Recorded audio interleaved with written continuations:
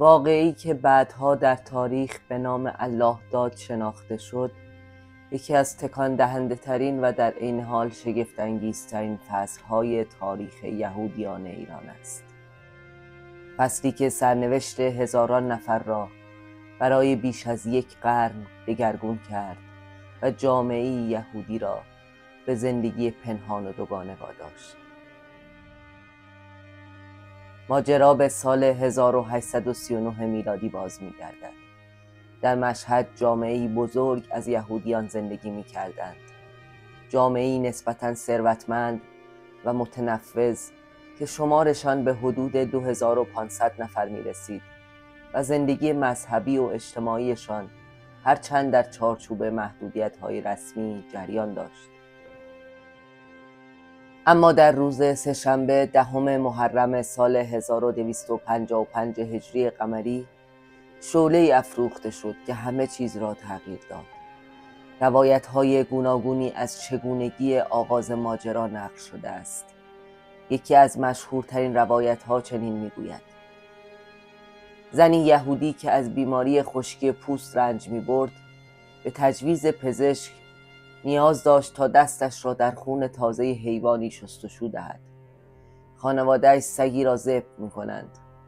اما درست در همان روز که مصادف با عاشورای شیعیان بود، دسته‌های سینه زنی در حال گذر از کنار محله بودند.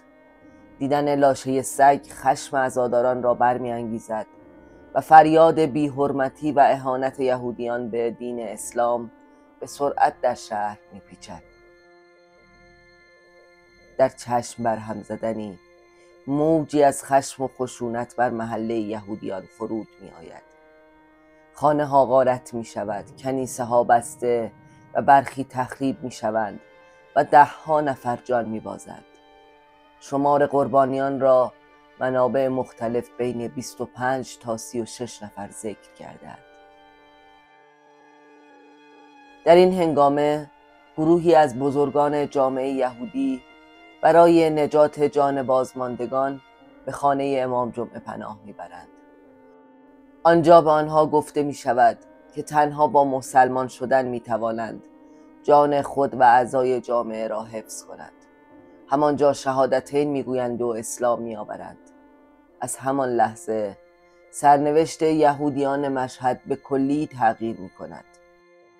آنها در ظاهر مسلمان شدند و جدید الاسلام نام گرفتند، اما در باطن یهودی باقی ماندند. چه چیزی زمین ساز چنین خشونتی شد؟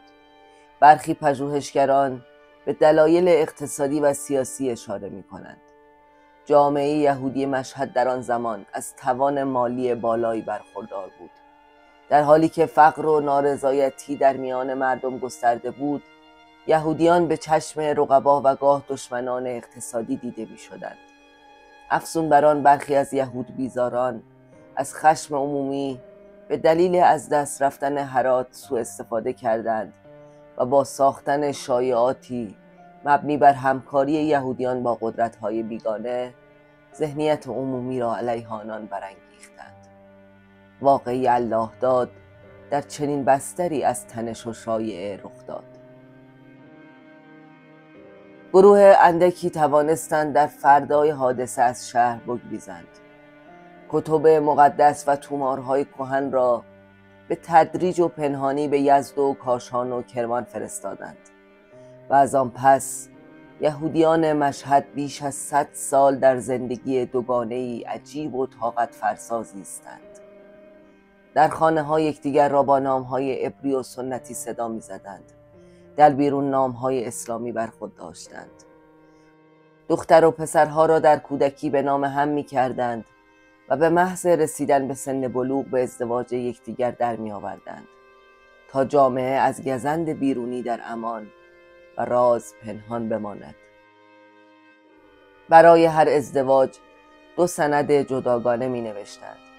یکی اسلامی برای چشمهای بیرونی و دیگری یهودی برای دلهای درونی. کنیسه ها بسته یا به مسجد و تکیه تبدیل شده بودند و جشن‌های مذهبی همچون شبات یا پسح در خفا برگزار می شدند. همه اعضای جامعه بسیج می شدند تا فضای امنی فراهم کنند.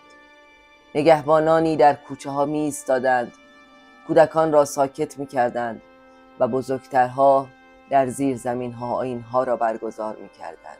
ظاهر شهر چیزی نمی گفت، اما پشت درهای بسته سنت‌های چند هزار ساله همچنان زنده نگاه داشته می شد. این وضعیت تا دهه‌های میانی قرن 20 ادامه داشت. پس از جنگ جهانی دوم و با گشایش‌های سیاسی و اجتماعی، بسیاری از یهودیان مشهد مهاجرت کردند. بخشی به تهران، بخشی به اروپا و آمریکا و شمار زیادی به اسرائیل رفتند. امروزه جامعه یهودیان مشهدی در اسرائیل و آمریکا از شناخته شده ترین گروه‌های یهودی ایرانی است که هنوز یادها و خاطراتی تلخ از 3 نسل زندگی دوگانه را در حافظه جمعی خود نگاه داشتند. ماجرای الله داد نه تنها روایتی از خشونت و اجبار است، بلکه یادآور قدرت مقاومت فرهنگی و ایمانی مردمانی است که زیر فشارها و سوءظنها توانستند هویت خود را برای نسل‌ها حفظ کنند.